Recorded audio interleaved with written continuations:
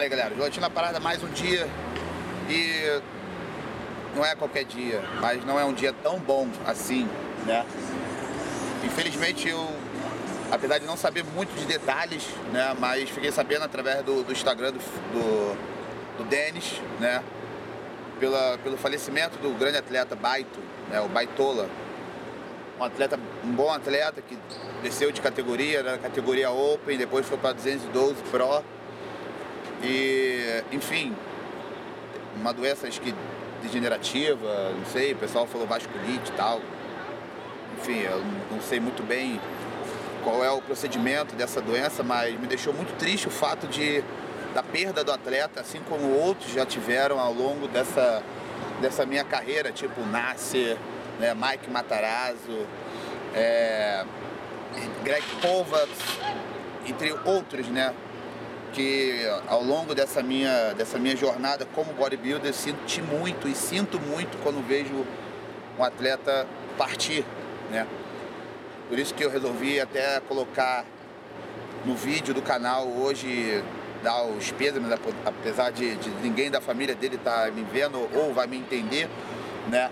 Mas é para nós brasileiros estarem compartilhando isso, porque eu sempre acaba sendo uma incógnita, porque todo mundo curte muito o bodybuilder, adora ver grandes atletas, mas será que as pessoas param para pensar do que nós vivemos, do que nós passamos para poder chegar num topo de um palco? Não sei, né? Porque as pessoas colocam tudo como um oba-oba, como treino, comer, tomar coisas, tomar suplementos, mas assim, eu particularmente como vivo do esporte, isso me preocupa a cada dia que passa, porque eu sou bodybuilding integral, né, 24 horas, então eu vivo de patrocínio, né, tá aqui, ó, eu carrego, né, a G7, o All Day, né, hoje em dia a Falcon Filmes, né, a Smart Food, entre outros também, Vitaly, Academia, né, 4 e tudo mais. Então assim, é muito intrigante isso, porque as pessoas nunca param para pensar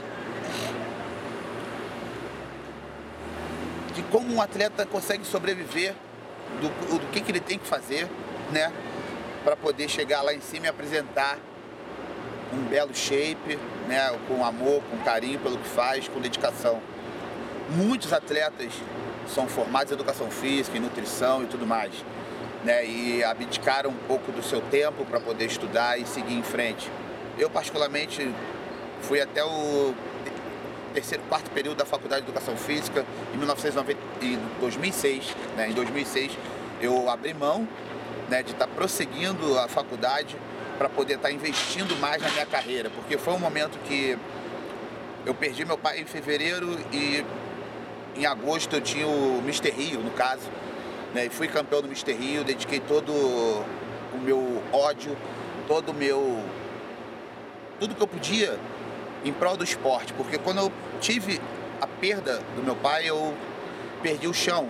Então eu falei, eu tenho que buscar de novo uma maneira de seguir em frente. E seguir em frente ela está competindo. Então eu abri mão de ser, não que fosse ser mais um numa sala sentado escutando uma pessoa que não defende o que eu amo falar, porque a maioria dos professores acadêmicos de educação física não gostam do bodybuilder. É muito difícil você encontrar alguém que curta o esporte, né, que você possa compartilhar isso de igual para igual e conversar com um professor de biomecânica ou de fisiologia do exercício e de musculação e falar sobre o assunto bodybuilder, né?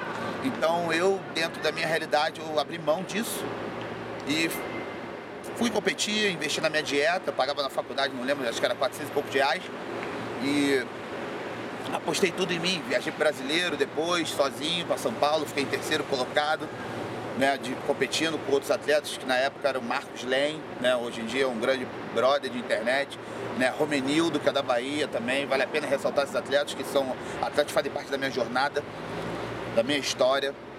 E Marcelo Honório, que na data foi o campeão da categoria, e eu fiquei em terceiro. Então assim, então eu mergulhei de cabeça nisso, né? Sem saber qual seria o fim, né? Mas sempre com o intuito de viver disso, de ser um profissional, né? Mas com muito medo de, tipo, estar sempre sozinho, né? Como hoje em dia, né? Vendo a situação do Baito, né? Não sei qual foi o suporte que ele teve hospitalar para isso, se ele teve uma condição de se tratar ou se não teve, ouvi rumores que não teve, né? Então, imagina só você, no país que nós vivemos, com o preconceito que nós vivemos, se um atleta como eu ou como qualquer outro que vive do esporte cai num hospital desse público, né, por de repente não ter o investimento de pagar um plano de saúde. Eu já tive o plano, agora não tenho plano, não tenho vergonha nenhuma de dizer isso. Porque as pessoas sempre colocam assim, pô, mas o cara tem que se cuidar, claro que tem que se cuidar. Só que tem hora que você fica entre a cruz e a espada. Ou o sonho, ou o tentar ser o mais coerente e correto possível. Eu sou o cara que tento viver o meu sonho, então eu invisto tudo em mim, né, praticamente hoje em dia, na minha moradia, no meu bem-estar, e às vezes deixo algumas coisas de lado, né, para poder estar seguindo em frente. Eu divido isso com vocês porque acho que vocês têm que saber muito dessa realidade, porque as pessoas, elas vivem o meio bodybuilder. Eu não vivo o meio bodybuilder, eu sou bodybuilder, ponto, né? Claro que não estou discriminando ninguém por isso, cada um faz uma escolha.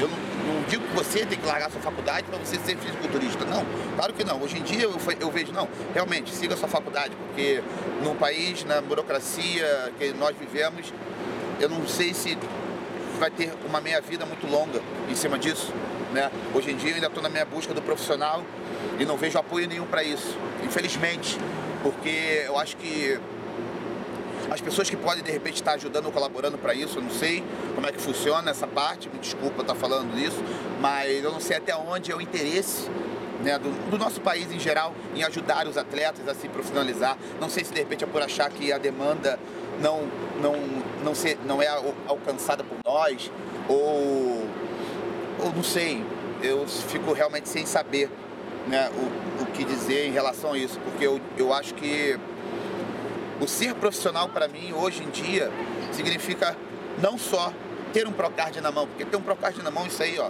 não quer dizer nada, eu não vou deixar de ser mais ou menos atleta por isso, mas sim pelo fato de você, no meu caso, ter mais respaldo, né, de gerar capital para viver, né, e seguir em frente e realizar o meu sonho e realizar o sonho das pessoas, que tipo, não ficar uma coisa impossível, né, de acontecer ou de fazer e tudo mais. Então, claro que temos grandes atletas aí, tem a Janaína que pegou o Pro agora, né, tem a Anne Freitas, tem o Eduardo, e já tiveram outros também, né, mas que retrocederam um pouco na carreira por conta, de repente, da própria situação, porque eu digo, o atleta em si, ele pensa muito só no palco, mas eu acho que o atleta, no geral, ele tem que pensar na vida. Então, visando uma carreira profissional, aprender inglês, né, se socializar com o meio, interagir com o meio de um modo geral, né? De repente você conversa com atletas que não sabe quem é o Baito, um exemplo, né? Ah, não sei quem é, como não sabe quem é? Não tem como quem joga futebol não sabe quem ganhou a Copa de 70, não sabe quem foi o ídolo, quem foi o rei, enfim. Então, por isso que eu digo, as pessoas vivem momentos dentro do fisiculturismo, mas não são fisiculturistas em si, né? Então, por isso que tem muita gente que reprova a minha atitude de ser um atleta pleno, né, de arriscar a viver assim no país, mas eu arrisquei e venho arriscando até hoje, né, mas isso não quer dizer que eu não vá, de repente, concluir a minha formação ou fazer uma pós-graduação um dia. Não, mas eu acho que como eu abri mão de tudo para isso, eu vou até o fim desse jeito, fazendo o que eu gosto, fazendo o que eu faço, que é treinando, defendendo meus patrocinadores e fazendo isso que eu estou fazendo agora, dividindo com vocês a minha ideologia, o meu raciocínio, né? Porque acho que a maior coisa que eu posso deixar nesse mundo para vocês é informação e tudo que eu acho, né? Todo tipo de pensamento que vai para a cama comigo, né? Porque quando isso passar, quando meus braços afinarem e acabar o shape, o que vai restar é isso. Eu acho que é isso que as pessoas deixam de captar, né? Porque temos aí hoje em dia os bloggers e tudo mais. É legal, às vezes é engraçado, só que fica uma coisa mais aventureira do que uma coisa que vai deixar um legado real, um legado concreto, né? E às vezes você vê patrocinadores pagando um bom dinheiro, né, para certas pessoas, né, que tem uma certa mídia porque é engraçado, porque é louco, mas qual é a ideologia dessa pessoa? Porque eu acho que se ela tem não sei quantas mil pessoas no canal, se ela consegue atrair tanta gente, utilize disso como uma arma para plantar o bem sempre, intelectualizar o próximo, né? Junto com isso, criar um legado positivo. Não é para mim, é para o país, né? É para as pessoas em geral, porque novos fisiculturistas virão, novas pessoas virão, mas tem que vir com a ideologia concreta. Não é pensar que é um glamour e tudo mais. Não, não é isso. Eu acho que isso é o de menos, né? Por isso que eu gosto muito do old school, que era uma coisa muito mais pé no chão, né? Então, não era aquela coisa tipo, tem que ter isso, tem que ter aquilo para ser. Não, para você ser é só você sentir, você fazer aquilo. Então, isso seria o bastante, mas hoje em dia as coisas não são tão assim, né? Por isso que as pessoas às vezes tentam perguntar como que atletas como, sem desmerecer a atualidade, claro que não, mas como Flex Wheeler, que tipo, teve um acidente de carro em 1996, 95, não lembro agora, e 6 meses depois ganhou o Ironman, brigando por patrocínio na época, quase perdeu o contrato da Wader por conta disso, né, porque não era mais útil, né, para o corporativo de marketing, mas lutou, na época tinha acabado de estar reformando a casa dele. Eu falo assim com essa propriedade porque eu pesquiso, né? Eu pesquisei muito na minha carreira os atletas, o old school, porque não tem como eu saber do que acontece hoje em dia se eu não sei o que aconteceu no passado. Por isso que eu vejo que as coisas elas vão sempre se transformando de um lado bom e ruim ao mesmo tempo. E às vezes o que eu mais vejo é que o Brasil ele só consegue absorver o ruim. A verdade é essa, o ruim disso. Porque você vai nas academias, você não vê todo mundo treinando bem, com aquela garra, com aquela pré-determinação, mas você vê a maioria falando em ciclo, maioria falando em sei lá o quê, né? Mas menos no treino, na essência, no espírito do negócio. Que é isso que faz o atleta ter a longevidade da coisa, né? Por isso que eu bato pé nisso, sim. Old school, a galera pô, que treina, que sofre ali, que ama isso de verdade, né? Porque é muito fácil quando você tem não sei quantos mil seguidores e parar na frente de uma câmera e falar assim, eu amo fisiculturismo, eu sou bodybuilder na veia. Tá, mas aí, se não tivesse essa câmera na frente, será que você seria bodybuilder na veia? Se ninguém conhecesse você, se você não tivesse nenhuma audiência, se você não ganhasse dinheiro com o YouTube, será que você seria bodybuilder na veia? Porque eu tenho 15 anos de carreira, eu tô aqui hoje em dia. Agora, eu tô aqui, né, com a Falcon, já tive a Jabaculê, foi um filme na Globo News. Mas antes disso, eu já tinha a minha estrutura, não financeira ou o que quer que seja, mas eu tinha o intelecto do bodybuilder na veia, sempre. Então eu digo, por isso que eu falei num vídeo anterior, será que hoje, em 2015, será que em 2030 eu vou ver os atletas de hoje, em 2030, no palco? Como eu, em 2001, estava no palco, começando, e hoje em dia aqui, 2015 para 2016, ainda estou aqui, como se fosse a primeira vez. Isso é um legado, isso é ser atleta, isso é ser bodybuilder, porque eu vivo disso, eu sou isso. Então as pessoas começam já querendo parar, elas começam tipo, às vezes as pessoas me procuram falando sobre patrocínio, eu quero competir, como é que eu faço para arrumar um patrocínio? Eu não sei, porque é difícil, porque hoje em dia acho que, não sei se as pessoas pensam que fisiculturismo dá dinheiro, não consigo entender, porque se você pensa isso, tira isso da sua cabeça. Né? Se hoje em dia eu vivo disso é porque eu criei uma carreira estrutural para que patrocinadores, no modo geral, me olhem e me vejam como um atleta de verdade e falem assim, vou investir nesse cara. porque a maioria não sei como analisa, né? As empresas em si, no modo geral, eu não sei como elas visualizam um atleta para dar um apoio, um suporte, qualquer coisa que seja, o que ela exige, o que ela pede, né? Porque eu, na minha concepção, o que eu acho, o atleta para patrocínio ele tem que estar pronto. E geralmente isso não acontece, né? Às vezes o cara entrou ali, tem uma tendência genética legal, é adotado por uma empresa e acabou. Não tem títulos, não tem nada, sem discriminar ninguém. Mas eu fico pensando assim, eu vejo muita gente com tão pouco, com tão muito, tipo, não digo nem muito do respaldo financeiro em geral, mas eu digo de um achar muito forte, tipo, olhar de cima os próximos, quem está começando e tudo mais. Por isso que acho que eu sou um dos caras mais acessíveis que existe no meio do fisiculturismo de alto nível. Porque hoje em dia eu posso bater no peito e falar que eu sou um alto nível, né? Então eu demorei 15 anos da minha vida para chegar hoje aqui e falar isso.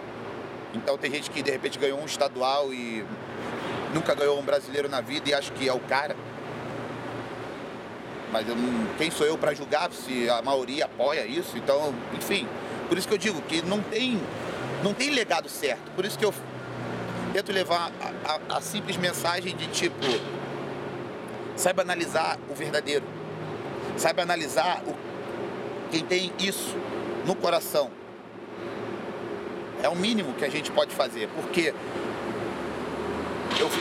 hoje eu estava conversando com os meninos, né, a galera da Falco e tal, a gente debatendo qual seria um tema legal pra gente abordar. Eu falei, cara, vamos falar um pouco do baito e tudo mais, porque me deixou muito intrigado um cara que sobe nos melhores palcos do mundo, terminar sozinho praticamente, o Denis fazendo uma campanha para arrecadar $1.000 de cada um, para poder ajudar o atleta, quando ele deveria ter essa ajuda automaticamente de um bom patrocinador, né? Então por isso que eu falei, pô, não sei se eu vou me informar melhor para poder falar ou não, mas eu falei, não, vamos falar agora e já era. Se alguém tiver alguma coisa para comentar, argumentar, pode deixar o seu recado aqui, mas eu me botei no lugar dele, né? Então assim, isso me preocupa muito, porque eu deixei tudo para trás por esse esporte hoje em dia tá tentando ajudar você que tá aí, né? Com as minhas palavras. Então eu passei por cima de muita coisa, né? Falecimento de pais, né? Minha mãe, meu pai já se foram, né? Briga com namoradas e tudo mais, fora outras coisas que no decorrer da minha vida que eu passei, e sempre defendendo a bandeira do bodybuilder. Não interessa se é Brasil ou não, eu sou brasileiro, moro aqui, apesar de não curtir a política do Brasil, mas já que eu estou aqui, então alguma coisa eu tenho que fazer para tentar clarear a cabeça das pessoas e saber enxergar alguma coisa. Porque eu falo, tá pensando que essa porra é o quê? É um mar de rosa? Tá pensando que essa porra é a Disneylândia? Então não dá pra, não consigo entender. Tem hora que eu fico assim, voando, literalmente voando, ainda mais agora, falando um pouco da economia, o dólar 3,60, eu fico imaginando assim, será que vocês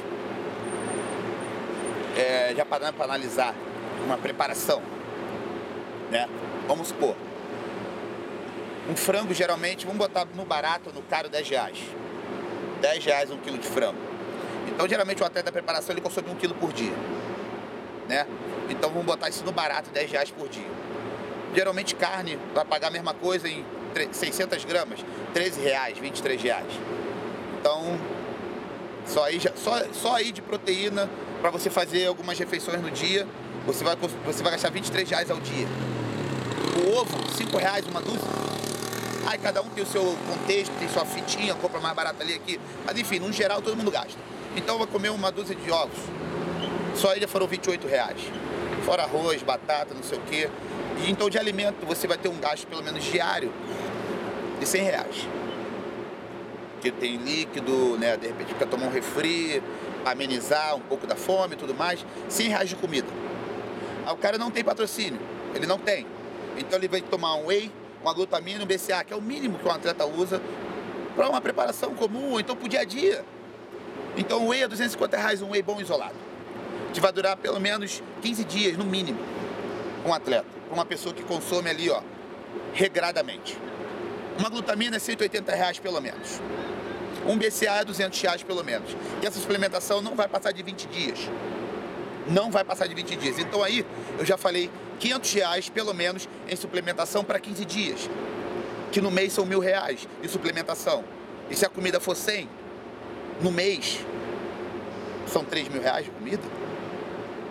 Não sei, R$3.000, sei lá, R$1.000. Enfim, botando 100 por dia, vezes 30 dias. Vamos botar aí. Isso sem falar de mais nada. Sem falar de quiropraxia, que hoje em dia está em alta. Todos os atletas costumam usar. Eu, graças a Deus, tenho o Kleber que me ajuda, do Tio Olímpia. Que uma sessão é R$200, R$250. Ou o Bruno Cooper, lá do Rio de Janeiro. R$150, R$200. Para fazer uma vez na semana. Legal. Uma academia boa para você treinar. Geralmente custa no mínimo estourando R$100. Estourando R$100. Pelo menos R$250. Então só com esse gasto pequeno, fora locomoção. Quem não tem carro, quem tem carro. Quem não tem carro vai pagar aí pelo menos para ir para voltar para academia, se for de ônibus, se for um ônibus. Se for no Rio de Janeiro vai gastar R$7. Todo dia para ir para voltar para academia. Se o cara for de carro, tem a gasolina. Pelo menos R$100 por semana ele vai ter que botar. Então vamos usar a cabeça. Vamos somar. Vamos somar isso e vamos botar no lápis. O quanto isso não dá no final do mês. Aí um cara como eu, que paga um aluguel, luz, água, telefone fixo, uma TV a cabo para curtir, para ver um filme diferenciado, condomínio. E aí, como é que fica? Isso eu falo para você, de repente, que é adolescente, não tem noção do que é um gasto de um atleta. E para você, de repente, que é um empresário ou um microempresário que pensa em apoiar um atleta e vem com um pó de whey e uma glutamina no final do mês e dá para ele, pensando que está dando o mundo. Porque eu já passei por isso há muito tempo atrás. Então você analisa. Analisa junto comigo esse pequeno cálculo que eu fiz aqui, que nem cheguei no arredondamento mensal, só para você seguir em frente um sonho. Um pequeno sonho. Que é ter alguns centímetros de braço, um abdômen legal, de repente subir no palco e ser feliz por 1 minuto. Como isso acontece? Do jeito que nós vivemos aqui, se não tiver apoio das empresas que gostam de usar a nossa imagem, a imagem do bodybuilder, para fazer cartaz, para falar nas redes sociais. Isso sem falar, hoje em dia, das famosas farmácias de manipulação. Graças a Deus, hoje em dia eu tenho a Vitale. E quem não tem? Se for pegar um orçamento só de vitaminas e minerais e outra suplementação, da farmácia de manipulação, como eu uso ômega 3, linhaça, o cromo, entre outras coisas mais, né? Glucosamina, articulação, enfim, uma série de coisas. O pré-treino, né? Que é manipulado. No mínimo R$2.500 por mês. Ou seja, um atleta que ele não tem de onde tirar, ou seja, que ele não tem nenhum apoio, pelo menos numa preparação no mês, ele vai gastar, se ele for fazer tudo dessa forma, R$5.000. R$5.000 para subir num palco durante 1 minuto e ninguém dá valor para você. Ninguém. R$5.000 por mês. Isso é uma preparação de 6 meses. 6 meses são R$30.000. Isso um atleta de nível baixo, médio, né? Aí vamos lá, o Arnold Classic, como eu fui 3 vezes, R$250 a inscrição, $250, né? A inscrição. Viagem, R$3.000 e poucos ida e volta. Hotel, pelo menos R$100 a diária para ficar uma semana, 5 dias, e que seja, para realizar um sonho, para não ter respeito, para as pessoas falarem merda de você, achar que qualquer um é capaz de ser igual a você.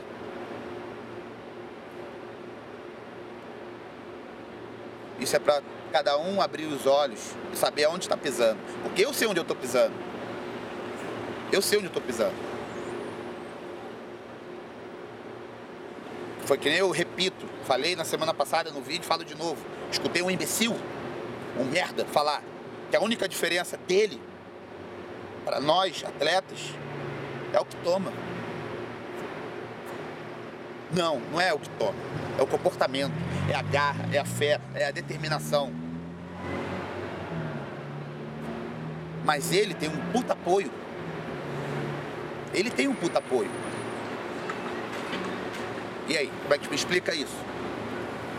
Porque da mídia é foda isso, sabia? Isso é foda. Por isso que na minha época, quando eu comecei, os atletas eram completamente cheios de marra. A maioria eram cheios de marra. Por quê? Hoje em dia eu não consigo entender. Porque não tem apoio, não tem ajuda, aquela ajuda plena, concreta. Hoje em dia, depois de 15 anos, eu tenho uma ajuda. Juntando esse corporativo todo que eu falei aqui, que eu defendo, eu consigo me estruturar no meio. E mesmo assim tá lá, ó, todo dia, ó, ralando, ó, dando murro em ponta de faca. Quando eu pisei no palco a primeira vez, eu tinha 17 anos de idade, eu estou com 32. Não só eu posso falar isso, mas como outros atletas também que estão aí, ó, batalhando, ó, há muito tempo. Há muito tempo. Então essa é a realidade do nosso esporte, essa é a realidade do nosso país. Então fique ciente aonde você pisa, fique ciente aonde você está pisando. Para quando chegar e falar assim, é o meu sonho, pensa nisso. Pensa nisso, mas pensa muito bem nisso. Porque o sonho é um decorrer de uma trajetória. Não é uma vez, não são duas vezes. O sonho é todo dia. O sonho é a vida. Por isso que eu falo. Eu demorei muito tempo para bater no peito e falar, eu sou atleta. Porque ser atleta é isso.